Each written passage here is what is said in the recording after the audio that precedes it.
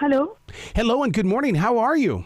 Good morning. I got to tell you right from I'm the very well. How are you? fantastic. Right from the very start, I got to tell you this is an amazing work of words. And I don't want to get lost and not bring up this question, but is there a place where people, the average person, can go to help? Because I mean, is there a website? Because I want to make sure that that people understand how serious this story is. Thank you. So they can go to ikickandifly.com. We are building a community there. There are resources and there are ways to volunteer, take action and help. They can also go to my NGO website, apneaap.org, which is apneaap.org. And they can go to my website, ruchiragupta.com, which will also lead them to wherever they want to go. If they want to act, there are calls to action. If they want to find resources, there are resources, and it'll take them to my NGO to volunteer and donate. This is an amazing story of inspiration and empowerment. Young adult readers have got to get into this story and basically become aware of what's going on, as well as, protect themselves. Absolutely, because, human trafficking is a big problem, and the majority of those affected are young people. The average age of a girl being sold into prostitution in India is between 9 and 13, but in the United States, it's between 13 and 15. Yep. And the statistics show that, more than 300,000 people are trapped in situations of sex trafficking in United States right now. And most of them are from United States, not from India. This affects me because Charlotte, according to research, is number 4 in the nation for human trafficking. And it just shocks me that we're still not talking about it the way we should be. And books like this, I Kick and I Fly, really will start a conversation. I wrote I Kick and I Fly so that I could reach young people and tell them a story about standing up to human trafficking, sexual abuse, bullying, body shaming, and winning. That they can stand up to injustice and win. I Kick and I Fly is about like a 14-year-old girl who's about to be sold into prostitution, but becomes a kung fu champion instead, with a little help from a women's rights advocate and her mother and a community of women who stand by her. And, the thing is, I Kick and I Fly is based on true stories generated in my own NGO, Apne Aap, where girls, just like the girl in I Kick and I Fly, did win gold medals in karate, did finish school, finish college, and have jobs now and have helped their mothers out of sex trafficking. So this can be done. And the reason I wrote I Kick and I Fly and the reason I chose to publish I Kick and I Fly with Scholastic was because I wanted to get the book out to young adults. I want to talk to young people about things which matter to them, which are prevalent in their lives, but nobody talks to them about. And what better way than through the voice of a young girl?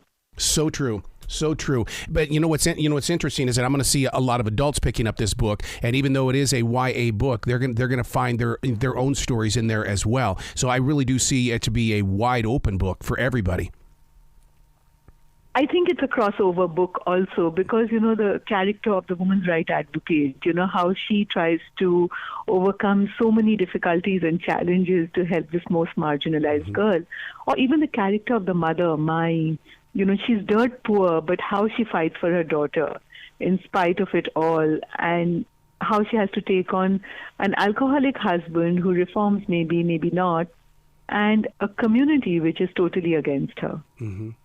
A hostile owner changes the shape of the story. It puts faith in forward motion. What was it like to build from this point forward? Now that we've got an open door for there to be safety, how did it grow inside your imagination? The characters began to talk to me, so I knew that the characters would tell me what to do at some point. Yeah. I knew the beginning and the end of the story when I began writing the plot. I knew there was a girl who was expelled from school because she kicked the class bully.